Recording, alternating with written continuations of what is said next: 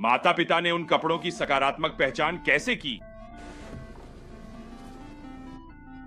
मैं एक संदिग्ध से पूछताछ कर रहा था जिस पर 2 छोटी लड़कियों के अपहरण का शक था। वे जिस जगह से गायब हुई थीं, वह उसके आरवी के पास थीं और किसी और के पास आरवी नहीं था। मैं इस शहर का शेरिफ हूँ, इसलिए मैंने तुरंत उससे पूछताछ शुरू कर दी। लेकिन यह आदमी, इसका व्यवहार ऐसा था जैसे इसके दिमाग में कुछ गड़बड़ हो।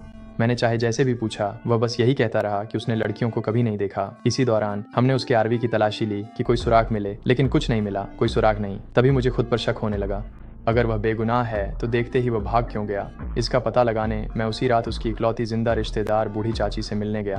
उसने कसम खाई कि वह ऐसा कर ही नहीं सकता। उसने कहा कि उसके माता पिता का बचपन में ही निधन हो गया था और मानसिक रूप से वह एक 10 साल के बच्चे जैसा है। ये सुनकर मुझे समझ आने लगा।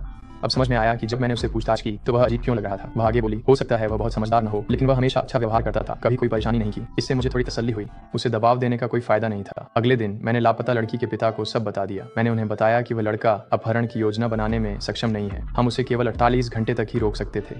जैसे ही मैंने ये कहा, लड़की के पिता आपा खो बैठे। उन्हें यकीन था कि वही आदमी दोषी है। जब हम जाने लगे तो उन्होंने हमारी गाड़ी रोक ली और हमसे विनती करने लगे कि उस आदमी को बस एक दिन और रोक लें, शायद इससे उन्हें बेटी को बचाने का समय मिल जाता। स्टेशन लौटकर मैंने चीफ को उनकी गुजारिश बताई। चीफ ने मंजूरी दी, लेकिन सख्त आदेश दिए। मुझे यह केस जल्दी सुलझाना था। फिर भी अगली सुबह संदिग्ध को रिहा कर दिया गया और लड़की के पिता दौड़ते हुए फिर से थाने आ गए। उन्हें कोई रोक नहीं सका। वह सीधे संदिग्ध के पास गया और चिल्लाने लगा कि लड़कियां कहाँ हैं। जैसे ही उसने उसे पकड़ा, उस आदमी ने फुसफुसाते हुए कहा, जब मैं गया वे रोने लगी थीं। ये शब्द सुनते ही पिता जड़ हो गए, लेकिन इससे पहले कि वह कुछ कर पाते हमने उन्हें हटा दिया। बाद में उसने वही बात मुझे और चीफ को दोहराई, लेकिन हमें दोनों को लगा कि यह सब बनावटी लग रहा है। आखिर कौन सा अपहरण करता ऐसा इशारा देगा? यह सुनकर पिता का गुस्सा फूट पड़ा। उन्होंने कहा, आप लोग एक मूर्ख की बात पर भरोसा कर लेंगे, लेकिन उस पिता की नहीं जो अपनी बच्ची को ढूंढने के लिए बेताब है। उन्होंने दरवाजा जोर से बंद किया और बाहर चले गए। उस रात शहर के लोगों ने एक प्रार्थना सभा आयोजित की।